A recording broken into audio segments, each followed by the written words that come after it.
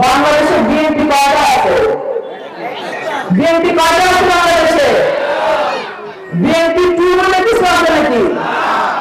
BNP প্রতীক কোনটা? BNP প্রতীক কোনটা?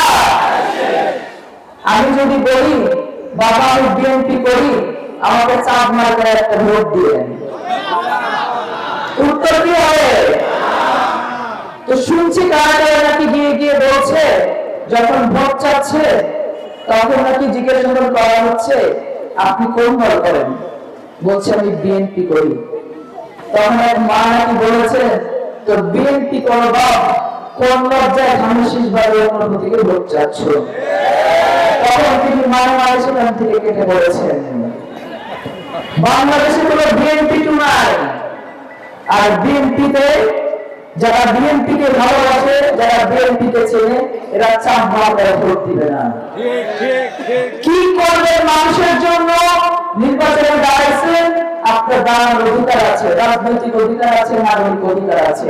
জনগণের জন্য কি করবেন সেটা নিয়ে জনগণের সামনে যান, ভোট চান। জনগণ যদি আপনাকে জয়যুক্ত করে, আমি আপনার সাথে যে পথ চলবো, আমার কোনো সমস্যা নাই। কিন্তু আমার মা বোনকে দাঁড়িয়ে গাড়ি দেবেন, বিএনপির নাম নিয়ে বিএনপির সাথে ঘোরাফেরি করবে আর ধানের শীষে ভোট কাটবে, আমি কিন্তু চুপ করে বসে থাকবো না।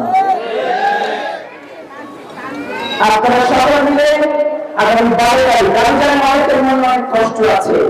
গতকালকে আমার এক ভাই সাইদুল ভাই, গৌরপুরে আমার বাড়ি, উনি আমাকে ফোন করেছেন হঠাৎ করে, ঘুরতে যেত, আপনি এখানে স্লোগান দিচ্ছেন লালপুর না মাদারপুর, কি করবো বলো? তা আমি বললাম ভাইয়া কিছু করবেন না, জবাব সবসময় দিতে হয় না, জবাব হবে গণতান্ত্রিক ব্যালটের মাধ্যমে।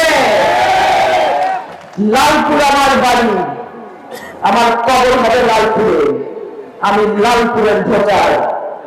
আমার শ্বশুর বাড়ি মাদারীপুরে, আমার বাড়িয়াও কিন্তু লালপুরের ভোটার। বাড়িয়া আছে নাকি? খুঁজেই তো না,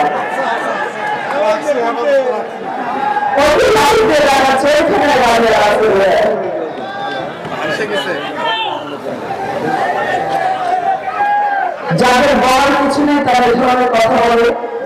আমি এই কথাগুলো কখন অ্যাড্রেস করিনি, কিন্তু আমার নেতা কর্মী আমার উপরে খুব ক্ষিপ্ত, আমার সমর্থকরা আমার উপরে খুব ক্ষিপ্ত, বলে মা তুমি এত ভালো ভালো কথা বলো, ওরা তো ভালো কথার মানুষ না।